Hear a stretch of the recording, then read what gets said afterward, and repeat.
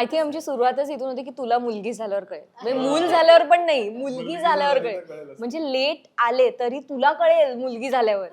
म्हणजे असं मला येतं. बट आय थिंक आता मला असं होतं की अजूनही म्हणजे आता लग्न होऊन 4 वर्ष होतील आणि तरीही माझी फ्लाईट मी मलाडवरून जरी जात असले आत्ता तरी ती जागी असते. आणि मला असं वाटतं की हे फक्त आईच करू शकते, हे कोणीही करू शकत नाही. किती मी रात्री बेरात्री लँड झाले, मी सासरीच जाणार आहे पण ती जागी असते चेंबूरला. हे म्हणजे हे मी कधीच आणि आत्तापर्यंत पण असं कधीही झालेलं नाहीये की मी म्हणजे पहिल्या मी 17व्या वर्षी काम सुरू केलं तर असं कधीच व्हायचं नाही की मी रात्री म्हणजे दरवाजा उघडेन तेव्हा अंधार असायचा नाही. म्हणजे माझी आई थांबलेली असायची, जी अजूनही थांबते. हे म्हणजे माझे बाबा भाऊ झोपतात, प्रतीक झोपतो.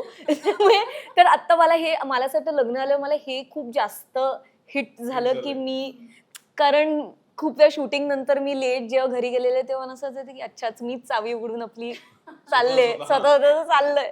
तर तेव्हा मी ऍक्च्युली आईवर इरिटेट व्हायचं की अगं म्हणजे मी तुला इन्फॉर्म करते मी घरीच येणार आहे मी पण नाव आय नो की हाऊ इट फील्स. आणि मी म्हणजे खूप अनसेड गोष्टी आहेत ज्याच्यासाठी मी तिला थँक्यू कधी म्हटलंच नाहीये.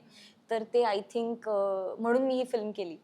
कारण आई प्रत्येक आईसाठी ही ट्रिब्यूट, कारण लाईक क्षितिज सर कायमच म्हणतात की आई हे नातं म्हणजे आपण मी अजूनही गृहीत धरते. म्हणजे म्हणजे मी माझ्या माझ्या मूडनुसार तिच्यावर चिडचिड करते किंवा तिच्यावर नाही करत. I am really sorry for it पण आय डोंट नो समहाव ती समोर आली की ते थोडं तसंच होतं. आय डोंट नो अदरवाईज मी इतकी समंजस अशी वागू शकते पण आई आली की थोडे माझे जरा की मग लाडच करणं की मग मला हेच करून दे असं सगळं खूप चालू होतं. But thanks to all the आईज ऍक्च्युली, कारण त्या खूप अशा कधी म्हणजे एकदम खूप प्रेम करतात यार. आणि जे मी कधीच मी कधीच डिफाईन करू शकत नाही. म्हणजे मला आई असं आता तर ते आता असं सुरू झालंय ना की आता मग काय कधी चान्स घेणार, आता असे प्रश्न यायला लागलेत असं वगैरे. तर मी एकदा फक्त आईला एवढं सो माझ्या आईला ही खूप बेसिक गोष्ट आहे पण मला पिझ्झा खूप आवडतो. It's my cheat meal. So माझ्या आईला पण प्रचंड पिझ्झा आवडतो. आणि आम्ही 4 लोक तर मीडियम मागवला तर एक स्लाइस एक्स्ट्रा उरतोच. 4 लोक, एक मिनिट, 4 लोक मीडियम मध्ये एक स्लाइस उरतो? कारण 6 असतं ना तर मग एवढं कमी खाता तुम्ही? हो आमच्यात लार्ज पण पुरत नाही तिघं म्हणजे असून. नाही. सो मग ते जर शेवटचा पीस उरलेला असेल तर तो प्रत्येक वेळी आई करते मला किंवा ऋग्वेदला देते. मी म्हटलं ज्या दिवशी मी हे करावंसं वाटेल ना मला त्या दिवशी मी आई होईल. कारण एक्झॅक्टली कारण हे हा सेल्फलेसनेस हे फक्त आईकडेच असतं की स्वतःची आवडीची गोष्ट दुसऱ्याला द्यावी म्हणजे आपल्या मुलाला द्यावी. हे अनबिलिव्हेबल आहे. म्हणजे हे नाही करू शकणार मी कधीच. तू मगाशीच असं म्हणालीस की एक तर आई मुलीचं नातं हे खूप ट्रिकी आहे. म्हणजे मी आणि आई आम्ही तर म्हणजे कम्प्लिटली नॉर्थ साऊथ आहोत जरा. पण over the years I have realised जसं क्षितिज सर म्हणाले की समहाव ना मला तो थर्ड पर्स्पेक्टिव्ह आलाय जिथे फक्त माझी आई नसून तिला तिचं एक आयुष्य आहे. ती एक मुळात आई नंतर आहे आणि एक ह्युमन म्हणून तिचे काही कॅरेक्टरिस्टिक्स आहे ते मी आत्ता एक्सेप्ट करायला लागले की ओके ती अशा पद्धतीने रिॲक्ट करू शकते, ठीक आहे, okay. I think I have become more forgiving towards my mother. जे मला असं वाटतं की तुम्ही फक्त तेव्हा जेव्हा आई म्हणून बघता ना तेव्हा तुम्हाला काहीच म्हणजे सगळेच वेज बंद होऊन जातो. तुम्हाला फक्त एवढंच असतं की नाही ही असं वागूच कसं शकते. अरे पण म्हणजे ऍज अ ह्युमन ती कोणाची तरी बहीण आहे, मुलगी आहे, स्वतः एक बाई आहे. म्हणजे एक मुळात एक ह्युमन आहे जिचे काही पैलू असू शकतात जे ओव्हर द इयर्स आत्ता म्हणजे 30शीत मला हे जाणवतंय की थोडं मे बी ती सुद्धा पहिल्यांदाच आई झाली होती जेव्हा मी जन्माला आले होते because I am the first child. तर थोडं आय शुड हॅव बीन, जसं मी तिला म्हणते की ती खूप स्ट्रिक्ट होती माझ्या बाबतीत कायम, तसं मी पण खूप तिच्याशी थोडं प्रेमाने अजून वागायला हवं होतं. आणि डेफिनेटली ही फिल्म मध्ये जे निनाद आणि आईचं नातं आहे शिप्रा खूप ते थर्ड पर्स्पेक्टिव्हने बघतेय आणि ती तिच्या आयुष्यात ते मिस करते ऍक्च्युली.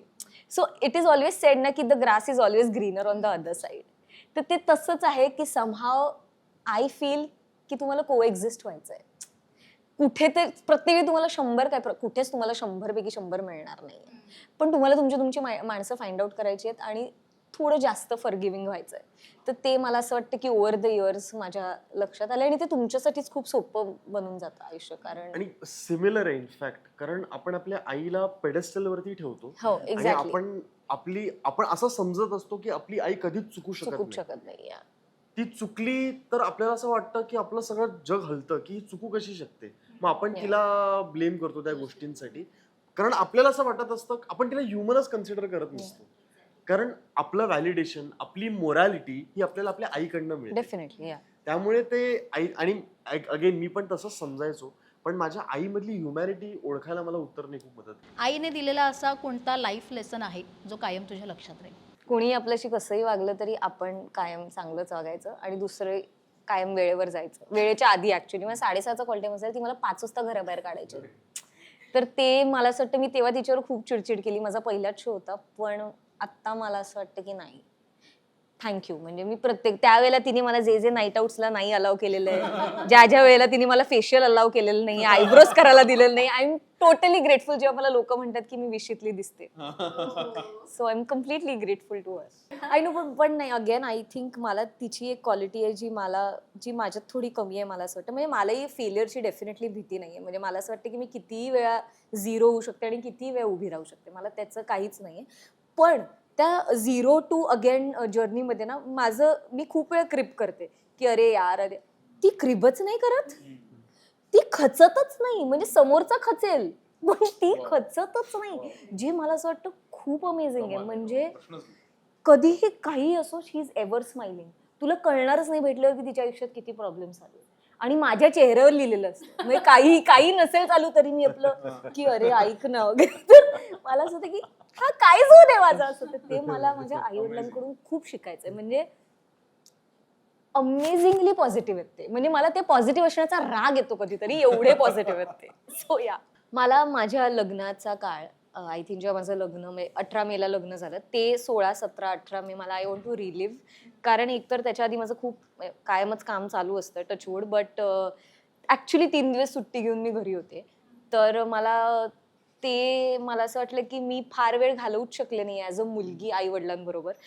कारण मी खूप अर्ली एजमध्ये काम सुरू केलं. म्हणजे मी असं सतत आई वडिलांना म्हणते की Rigved is a better son than me being a good daughter, असं मला सतत असं होतं. तर मला असं वाटतं ते 3 दिवस आम्ही ॲज अ फॅमिली आणि युनिट म्हणून खूप एकत्र राहिलो.